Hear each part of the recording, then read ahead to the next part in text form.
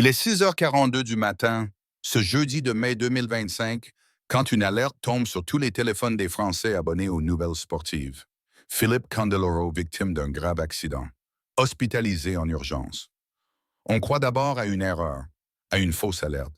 Puis, les médias s'emballent, les caméras stationnent devant l'hôpital Foch à Suresnes, et une heure plus tard, un communiqué froid tombe comme une lame de glace. L'état de Philippe Candeloro est jugé critique. Il a perdu l'usage complet de ses jambes. Silence. Le pays entier retient son souffle. Un homme qui avait vécu toute sa vie en mouvement, qui avait tournoyé, bondi, chuté puis volé sur la glace devant des millions de spectateurs, se retrouve désormais cloué dans un lit d'hôpital, brisé au bas du dos après un banal accident de vélo près de chez lui.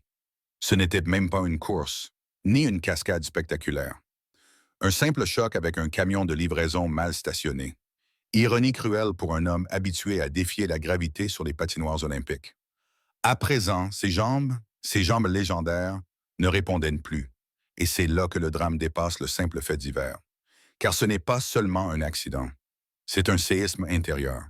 Quelques heures plus tard, dans une chambre blanche où même la lumière semble vouloir s'excuser, Philippe murmure à sa fille aînée, « Tu sais ce qui est le plus dur?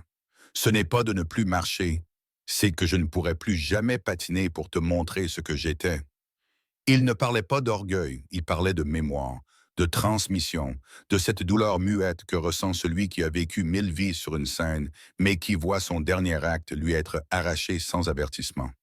Il faut dire la vérité. Philippe Candeloro n'était pas qu'un patineur. C'était un raconteur d'histoire avec son corps. Il incarnait des mousquetaires, des pirates, des héros de cinéma, mais derrière les costumes flamboyants, il y avait un gamin du 92 qui avait dû tout prouver. Et maintenant, on lui enlevait la seule scène où il savait encore comment exister. Les messages affluent, des collègues, des journalistes, des champions du monde et des anonymes. Tous parlent d'un choc, d'un coup dur pour le sport français. Mais très peu osent prononcer ce qui brûle sur les lèvres. Est-ce la fin de Philippe Candeloro? Pas seulement l'athlète, mais aussi le personnage public, le provocateur tendre, le troublion au cœur d'enfant. Car dans le monde d'aujourd'hui, quand on ne peut plus bouger, on finit souvent par disparaître des radars médiatiques. Et pourtant, au milieu de cette tragédie, un détail vient frapper les esprits les plus attentifs. Dans les heures qui précèdent l'accident, Philippe avait publié sur son compte un court message vidéo. Une poignée de secondes, un plan flou, mais une phrase qui résonne aujourd'hui comme une prophétie. « Je veux que mes filles me voient net tomber, mais aussi me voir me relever. Toujours. » Ce « toujours » résonne maintenant comme un cri. Car cette fois, ce n'est pas une chute sur la glace. Ce n'est pas une erreur de patinage corrigée en un éclair. C'est une réalité médicale irréversible.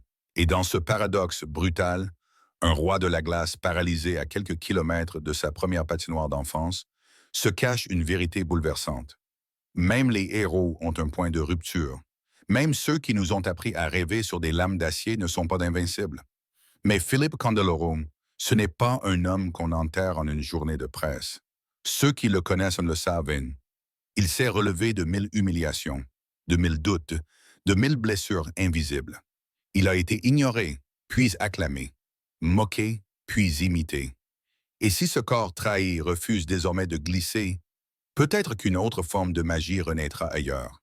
Car si ses jambes se sont tuées, sa voix, elle, pourrait encore résonner, plus forte que jamais.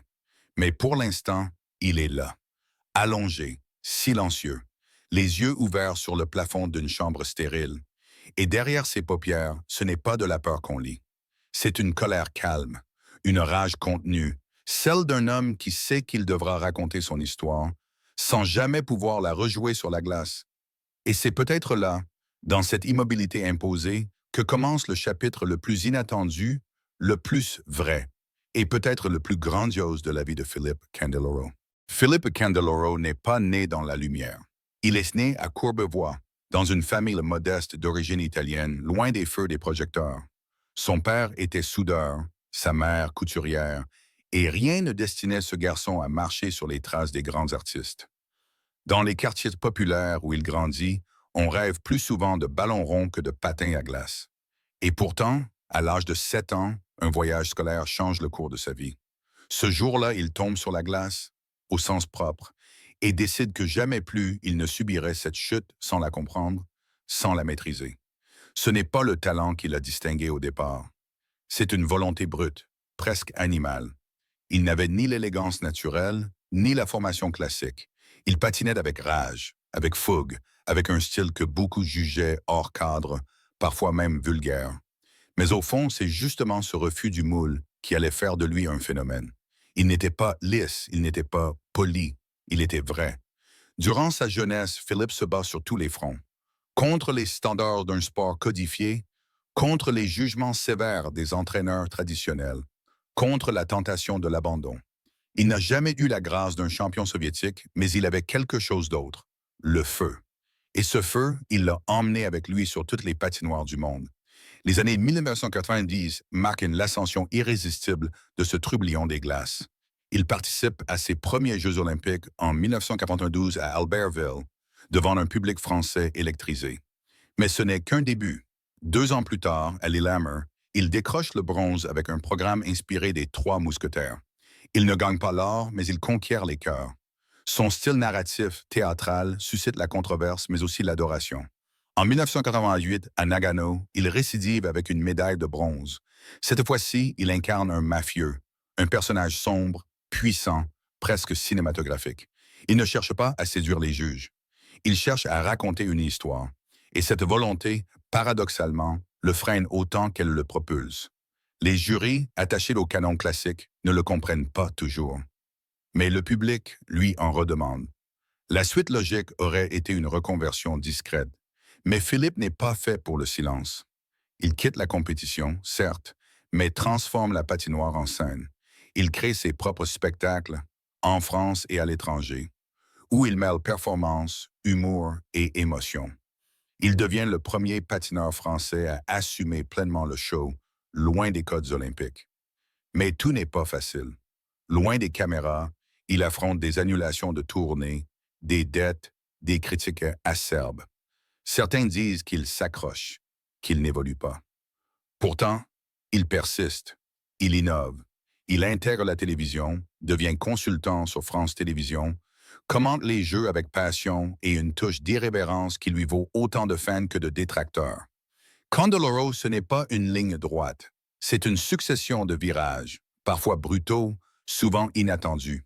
Il aurait pu disparaître dans l'oubli comme tant d'autres. Il a choisi, au contraire, d'imposer son propre rythme, sa propre voix. Sa stratégie n'a jamais été de plaire à tous. Elle a toujours été d'être lui-même. C'est son plus grand atout, et parfois sa plus grande faiblesse.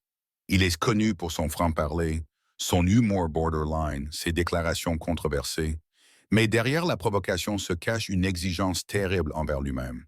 Il a toujours voulu offrir quelque chose de sincère, de viscéral. Ce n'est pas un artiste calculateur, c'est un instinctif. Et ce qui fait de sa force, c'est cette capacité à renaître, à transformer un rejet dans une nouvelle direction, à voir dans l'échec une opportunité de raconter autrement. Philippe Candeloro, c'est le type même de l'artiste populaire au sens noble.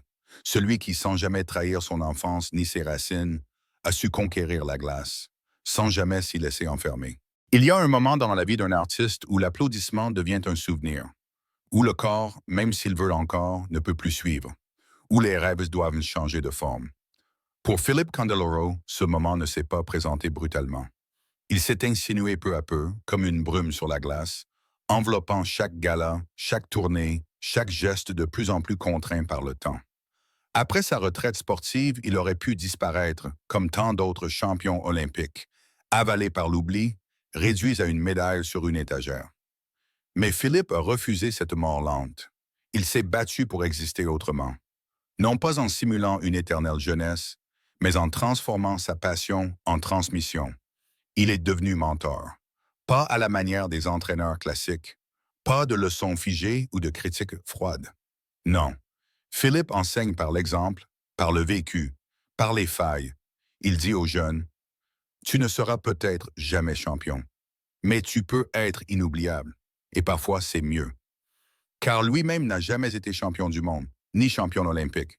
Et pourtant, il reste l'un des noms les plus connus du patinage français. Dans ses commentaires télévisés, Il ne cherche pas la neutralité. Il s'émeut, il s'indigne, il rit, il ose. Certains lui reprochent son ton trop personnel. Mais au fond, c'est ce ton-là qui fait la différence. Philippe ne commente pas un sport. Il commente une vie en mouvement. Chaque saut, chaque chute, il les a connus dans sa chair. Et quand il revient sur scène, parfois, pour quelques figures nostalgiques, c'est avec une humilité rare. Il ne cache pas ses limites, il les expose, il les transforme en force. Il montre aux spectateurs ce que signifie continuer à danser, même quand le corps ne suit plus. C'est là que réside la grandeur. Dans cette persistance à faire vibrer, même avec des gestes simples, même avec des rides, même avec moins de souffle. Mais derrière cette résistance, il y a aussi une solitude, celle de l'artiste qui ne peut plus être à la hauteur de son propre mythe, celui qui a été une légende vivante sans, un jour, que le monde passe à autre chose. Les projecteurs se détournent, les jeunes prennent la place, et l'ancien héros devient une anecdote pour certains, un souvenir d'enfance pour d'autres. Philippe ne l'ignore pas.